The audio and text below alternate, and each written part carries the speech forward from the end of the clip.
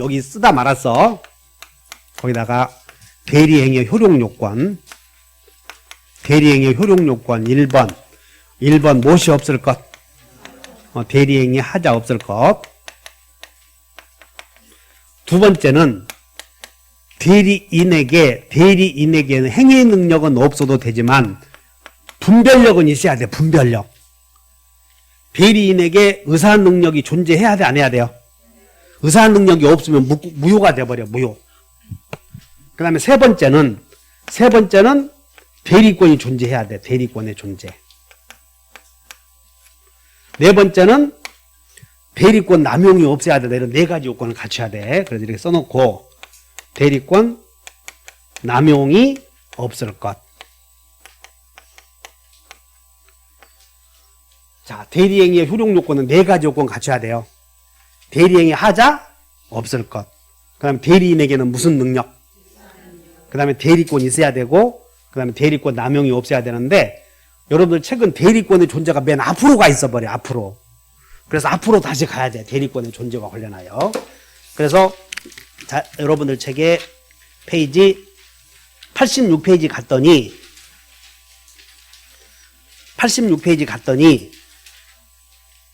위에서 3번에 대리권의 범위 나오나?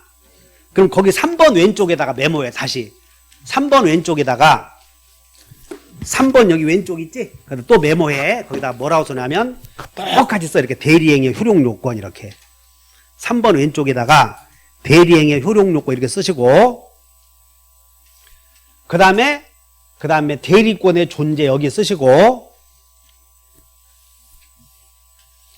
대리행위 효력요건 해놓고 거기다 3번 대리권이 존재해야 돼.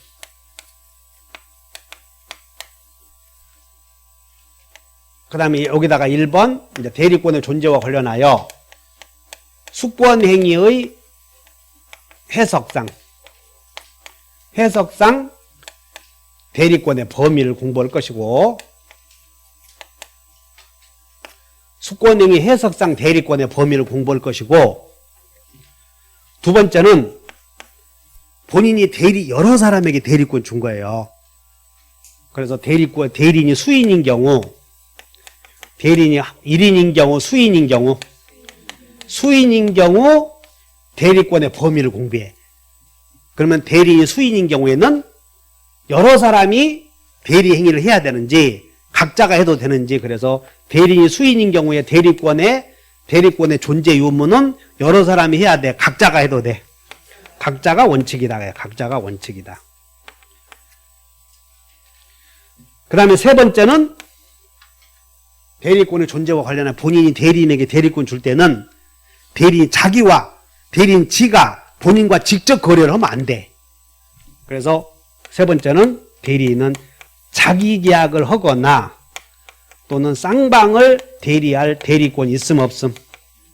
쌍방 대리권 없다. 이렇게 써놓으면 돼. 이게 대리권의 존재야, 이게.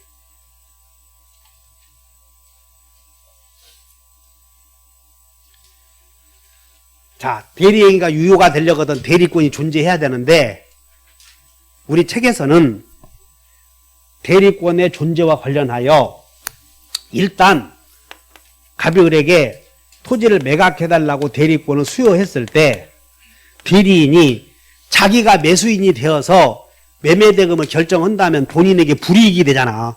그러니까 일단 대리인은 한 장 넘겨보자. 자, 일단 얼른 쉬운 거부터 페이지 88페이지에 갔더니 124조를 읽어버려. 대리인은 한번 읽어보자. 다 같이. 자기계약, 쌍방대리. 그러니까 자기계약은 뭐냐면 대리인 지가 계약의 당사자가 되는 거예요. 쌍방대리는 매도인 매수인 두 사람을 중간에서 대리하는 걸 쌍방대리라고 그래. 그럼 그렇게 되면 아까 매매대금을 대리인이 정한다고 그랬지? 그건 본인이 불이익이 될 수 있다고. 그러니까 여러분들이 토지를 팔아달라고 부탁했을 때 얼마에 팔 것인가, 누구에게 팔 것인가를 대리인이 정함으로 대리인이 지가 매수인이 되어서 매매대금을 정하면 본인이 불이익이 되잖아. 그래서 자기 계약이 안 된다 이렇게만 써놓으면 돼. 한번 읽어본다.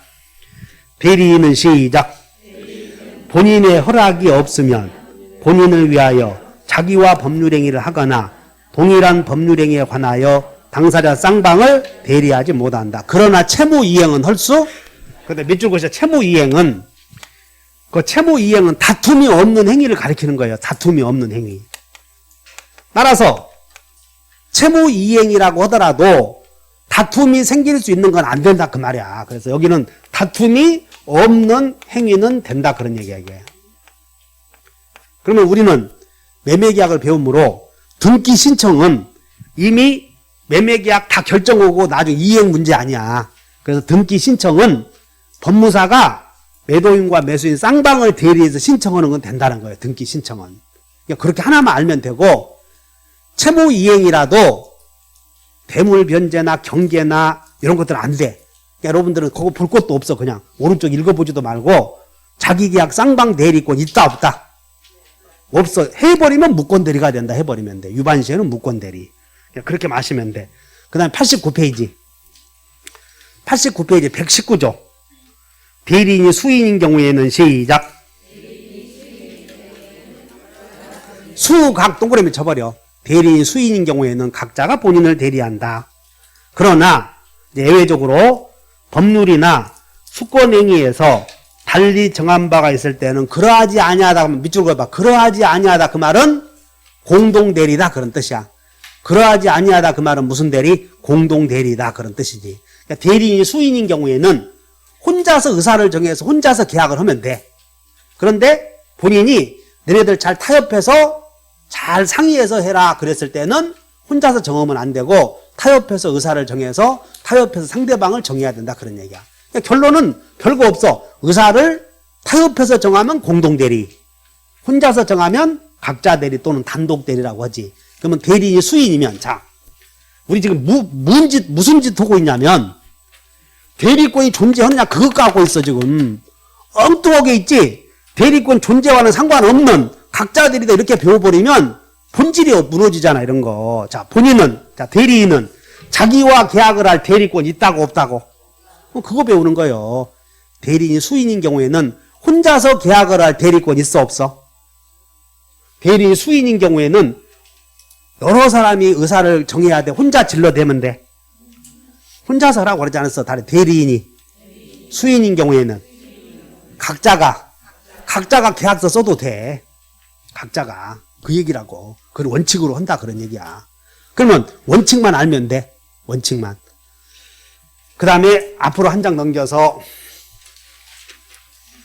여러분들 책에는 이제 시험이 거기에 그 86페이지에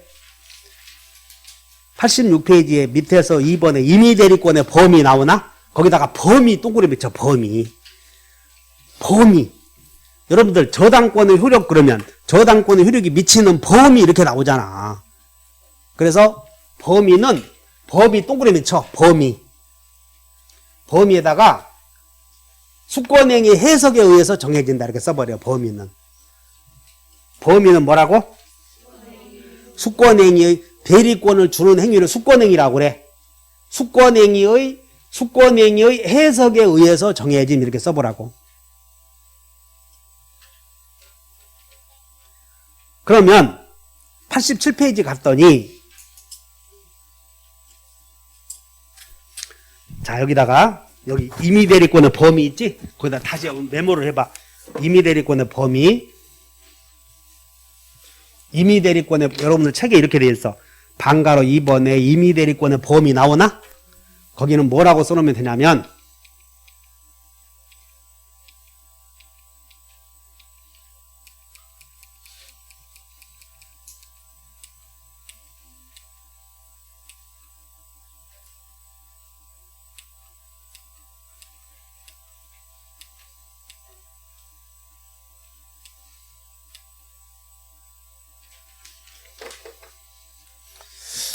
거기다가 뭐라고 써냐면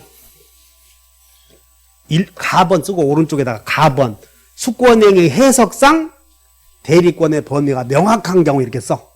가번 2번 왼쪽에다가 가 해놓고 수권행위 해석상 대리권의 범위가 명확한 경우. 그 다음에 87페이지는 대리권의 범위를 정하지 않은 경우 나오지. 거기는 이렇게 써놓으면 돼. 수권행위 해석상 대리권의 범위가 명확하지 않은 경우 두 개가 있어.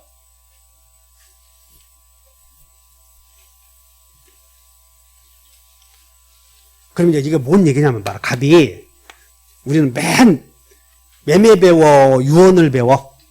매매 이렇게 갑이 자기 토지를 을에게 대리권을 주면서 뭐라고 하냐면 위임 내용 해놓고 토지 매도 이렇게 대리권 줘서 토지 매도. 알아들어? 시킨 일이 뭐요? 그러면 대리인은 매매계약만 해야지. 근데 대리인은 매매계약 하면서 매수인이 돈을 주면 땅에다 놓고 와야 돼? 받아와야 돼? 지금 그거 배우는 거예요. 그러니까 대리권 토지를 매각하면 될 텐데 돈 주면 돈도 받아오면 지가 받아다 써야 돼? 갖다 줘야 돼? 그런 걸 대리권의 범위인데 여기서 수권행위 이임장 보니까 위임 내용이 토지 매도 했으므로 대리권의 범위가 수권행위 해석상 대리권의 범위가 분명하지 않아. 분명하잖아.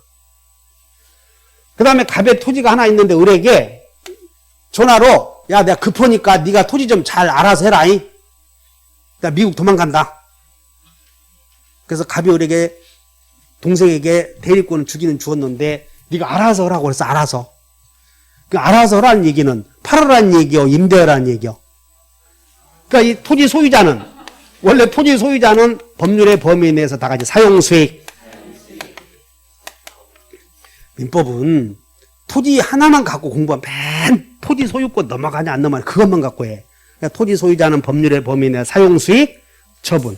사용수익 하는 짓을 물권법에서 관리행위라고 하잖아. 무슨 행위? 그리고 여러분들 토지 건물 갖고 있는 사람들은 맨 사용만 하냐 수선도 하냐. 수선하는 짓을 뭐라고 그래? 보존행위. 이제 자네 합격했다 이제. 그래서 소유자는 보존행위, 관리행위, 처분행위 할 수 있어 지금. 근데 갑이 을에게 토지를 매도해달라고 대리권 주었는지 임대해달라고 대리권 주었는지 대리권 주기는 주었는데 알아서 해달라고 하지 않았어? 그러면 소유자가 할 수 있는 짓 중에서 어느 것을 할 수 있냐 지금 그거 배워. 그래서 오른쪽 봤더니 87쪽 봤더니 대리권의 범위를 정했어 안 정했어? 자 읽어버려요. 권한을 정하지 않은 시작. 다음 보존행위가 뭐냐면 수선행위, 침해 제거를 보존행위라고 해요. 수선행위, 침해 제거. 보존행위가 무슨 짓? 수선이나 침해 제거를 보존행위라고 한다. 누가 이 토지를 침해했으면 방해 제거해야 될 거 아니야. 이런 걸 수선행위로 할 수 있어. 그러면 이 땅에다가 A가 무단으로 건물 지었어. 을이 A가 무단으로 건물 지었다면 가만히 있어야 돼? 철거해야 돼? 지가 가서 철거해? 일단 소송 제기해야지. 그래서 이 을은 변호사를 선임해서 소송 제기할 수 있어 없어? 그런 건 할 수 있다는 거야. 보존행위를 하는데 필요한 행위는 할 수 있다는 거지. 동의해? 그래서 보존행위는 무제한으로 할 수가 있어. 그러나 요 관리행위 거기에 대리의 목적인 물건이나 성질을 변하지 않는 범위 내에서 이용 또는 계량행위 나오지? 이 개를 합해서 계량행위라고 관리행위라고 그래. 이 개를 합해서 뭐? 다시 이용, 계량. 그냥 물건을 주택을 계량하는 거. 그러니까 이용행위는 임대차. 합해서 관리행위라고 그래. 그래서 사용수익 이것을 임대차라고 하고 관리행위에는 소유자는 법률의 범위 내 사용수익 처분을 쓰다 권리 중심으로 했기 때문에 사용수익 처분을 쓰다 법전은 그렇게 쓰여 있어. 그러면 사용수익 하는 것을 다 임대차. 그럼 자기가 계량도 할 수 있어 없어? 그런 것도 할 수 있죠. 그건 권리라고 볼 수 없기 때문에 우리는 빼고 가는 거예요. 그래서 관리행위는 두 가지가 있는데 다 같이 임대, 다시 이용행위, 계량행위. 그러니까 이런 것들은 마음대로 하는 게 아니고 성질을 변하지 않게 하는 범위 내에서만 할 수 있어. 그래서 보존행위는 제한 없이 할 수 있고 관리행위, 다시 한번 이용행위, 계량행위는 제한 없이 제한된 범위에서 그리고 처분행위는 안 된다 알면 돼. 처분행위는. 쉬워 이렇게. 자, 대리권의 범위가 불분명한 대리인은 소유자와 똑같은 짓을 해야 돼. 똑같아서는 안 돼. 소유자와 똑같이 해서는 안 돼. 수선은 무제한으로 할 수 있고 임대차는 할 수 있고 처분행위는 돼 안 돼. 이거 쉬워 이런 거. 그래서 오른쪽은 87페이지에 작년에 지문 하나로 나오는데 이렇게 나왔어. 대리권의 범위가 불분명한 경우 대리인은 보존 행위만 할 수 있는 대리권이 있다. 지금 마저 틀려. 보존 행위만 할 수 있어. 이용행위, 계량행위도 할 수 있어. 그래, 이거 본다. 보이게 있다. 대리권의 범위가 불분명한 경우 대리인은 토지에 대해서 보이게 할 수 있다 하면 돼. 뭐 할 수 있어? 처분행위는 돼, 안 돼? 처분행위 이전 등기 해주는 게 처분행위야. 안 된다고. 처분행위는 설정 양도는 안 된다 하시면 돼. 설정 양도. 자, 그 다음에 이제 수권행위 해석상 여기는 대리권의 범위가 이제 명확한 경우인데 여기는 더 쉬워. 근데 여러분들은 자, 87페이지 가서 밑에서 2번에 임의대리권의 범위에 대리권의 범위 명확하면 이렇게 돼. 명확하면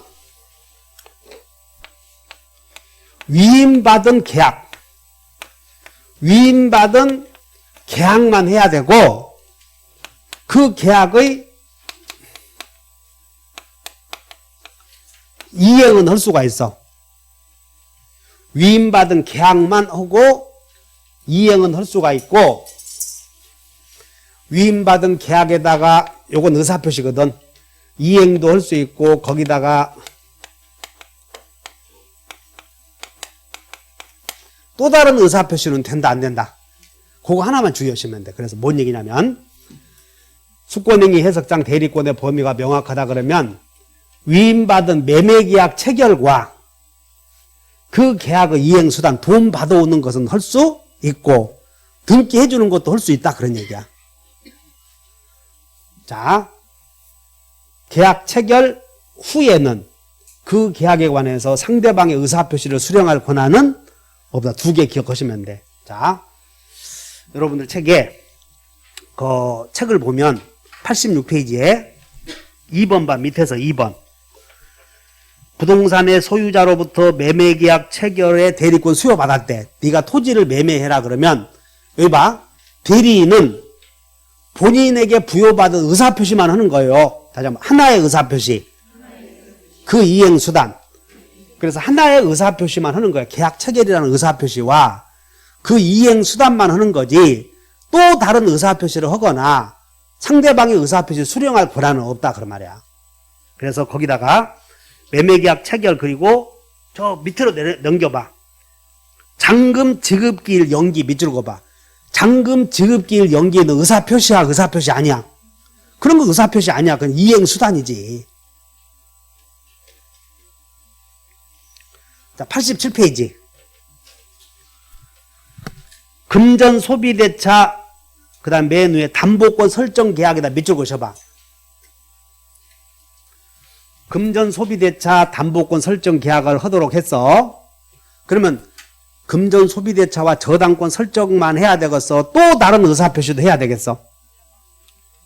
또 다른 의사표시를 할 수는 없다 그런 얘기지. 그래서 거기 보면 자, 금전 소비대차 담보권 설정 계약 밑줄 긋고 두 번째 내려봐. 계약관계 해제. 계약관계 해제는 시킨 의사표시야 부여받은 의사표시가 아니지. 또 다른 의사표시는 안 된다 해버리면 돼. 그러니까 여러분들이 거기다가 대리권의 범위가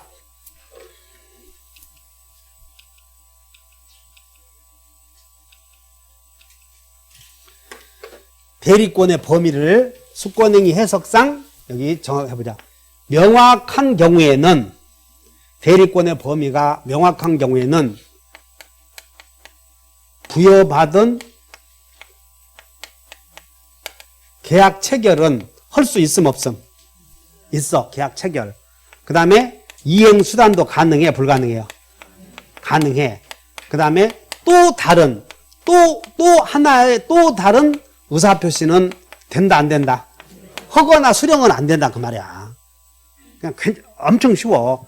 부여받은 의사표시는 두 개 해야 돼? 한 개만 해야 돼? 한계, 또 다른 의사표시 하면 안 된다. 그 얘기야, 이게. 자, 보자. 4번 봐. 4번, 대여금 영수 권한 밑줄 그으셔.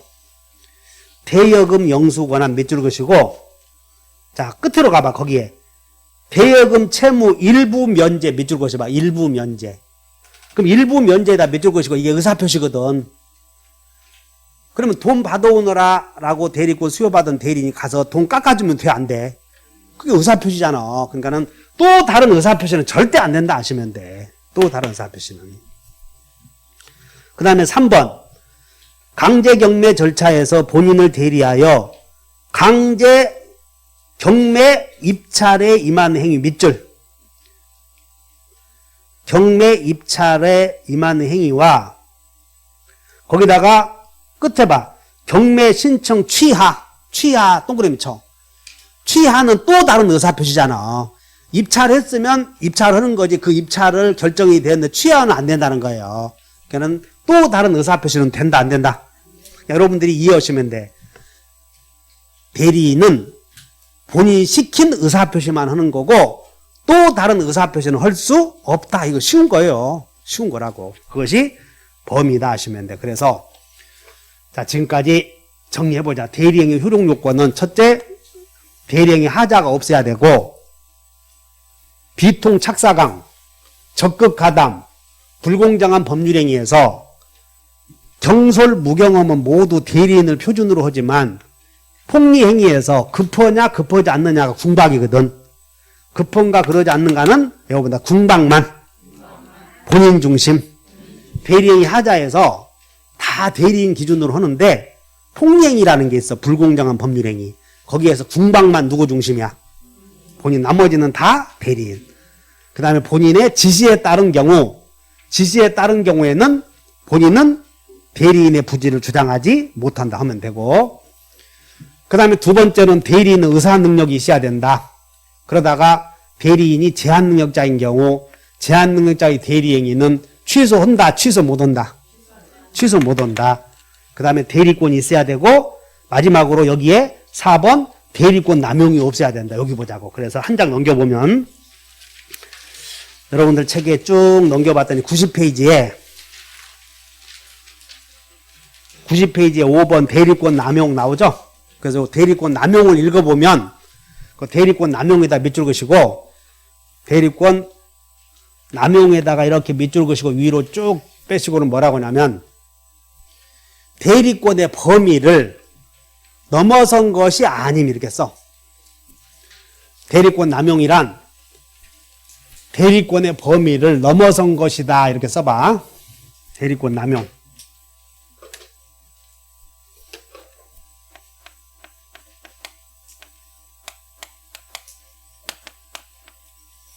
자, 대리권 남용이란 대리인이 본인이 시킨 일을 하는 거요, 시키지 않은 일을 하는 거요. 그러니까 대리권의 범위를 넘어선 것이다 하면 맞아 틀려. 자, 이렇게 써. 대리권의 범위를 넘어섰다 이렇게 유월한 행위이다 이렇게 나오면 틀려 이렇게. 대리권의 범위를 유월한 행위이다 하면 틀린다고. 넘어선 것이 아니야. 자, 갑이 을에게 토지를 숙고행위의 범위에서 토지를 매각해달라고 대리권 줬어. 근데 을이 갑의 이름으로 매매계약을 해. 매매계약을. 그러면 갑이 을에게 토지를 매각해달라고 대리권 줬을 때 을이 병과 매매를 하면 대리인은 본인이 시킨 일을 해, 시키지 않은 일을 해. 응? 시킨 일을 하잖아, 매도. 그러면 상대방이 매매 대금을 주면 받아올 자격은 있다고 없다고? 있지. 그럼 매매 대금 주면 본인 가져다 줘야 돼, 카지노 가야 돼? 따라서 나 카지노 갈 생각으로. 이런 걸 대리권 남용이라고 그래. 대리권 남용이란 대리인이 본인이 시킨 대로 하되 자기 생각은 자기 이익을 위해서 하는 행위를 대리권 남용이라고 그래. 다시 한번 생각이 자기 이익을 위해서. 따라서 대리권 남용이란 대리권의 범위를 넘어서 범위 내에서. 자, 밑줄 그셔봐. 90페이지에 대리권 남용이란 밑줄. 그리고 또 밑줄 그어. 권한 내에서 밑줄이야. 이게 제일 중요해. 자, 대리권 남용이란 대리인이 권한을 넘어선 것이야. 권한 내의 행위야. 이해했어? 권한 내에서. 자, 정리. 권한 내에서 돈을 주면, 매매대금을 주면 본인 가져다 줄 생각으로, 카지노 갈 생각으로. 이런 걸 대리권 남용이라고 그래. 돈을 주면 요놈이 영종도 빨리 카지노 가서 어저께 잃었던 거 따야지 하고 카지노 갈 생각으로 돈을 받아. 또는 카지노 갈 생각으로 매매를 하는 걸 대리권 남용이라고 그래. 그러면 이 상대방은 위임장을 봤더니 매매 위임, 보니까 위임장에 토지를 매각해달라 대리권 줬어. 그러니까 병은 우리 위임장의 범위 내에서 매매를 하니까, 매매계약 체결하고 돈도 줬겠지, 이렇게. 동의해? 근데 이러면 돈 받아서 영종도 간 거야, 카지노. 그리고는 나중에 등기 해달라고 그러면 갑이 매도인이. 뭔 등기? 그랬더니. 내가 매매대금 줬어? 그랬더니. 나 맛도 못 봤어. 나 맛도 못 봤대, 매매대금. 등기 해줘야 돼, 안 해줘야 돼? 해줘야 된다는 거예요. 그래서 대리인에게 토지를 매각해달라고 대리권을 주었을 때는 대리인의 생각까지도 상대방은 알 필요는 없어. 그래서 위임장에 범위 내에 시켰으면 대리인의 생각까지 병이 그거 알고 해야 될 건 아니거든. 그래서 이런 걸 대리권 남용이라고 하고 효력만 알면 돼. 대리권 남용은 원칙이 유효요, 무효요? 유효야, 이렇게. 다만 동그라미 2번 가서 2번에 가서 하나, 둘, 셋, 넷. 상대방이, 지금부터 밑줄 가. 상대방이 상 동그라미, 알았거나 알 동그라미, 수 동그라미. 상할 수인 때는 107조 1항 단서 나오죠? 여기까지 알고 있어야 돼, 여기까지. 그러니까 107조 1항에다가 이렇게 메모하시고, 이게 비진이 표시야, 비진이 표시.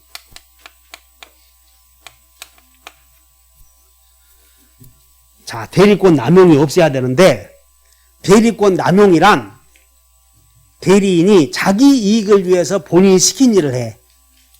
자기 이익을 위해서 본인이 시킨 일을 하므로 본인은 책임져야 돼, 안 져야 돼? 져야지. 이 멍청아. 갑이 우리에게 매각해달라고 대리권 줬고, 우리 매매해서 돈도 다 줬다고 이렇게 문제 없잖아. 근데 이놈이 영종도 가버렸다니까 카지노? 본인 책임져야 돼, 안 져야 돼? 매매계약의 영종도 카지노 책임 말고 매매계약의 책임져야 돼, 안 져야 돼? 그래야지.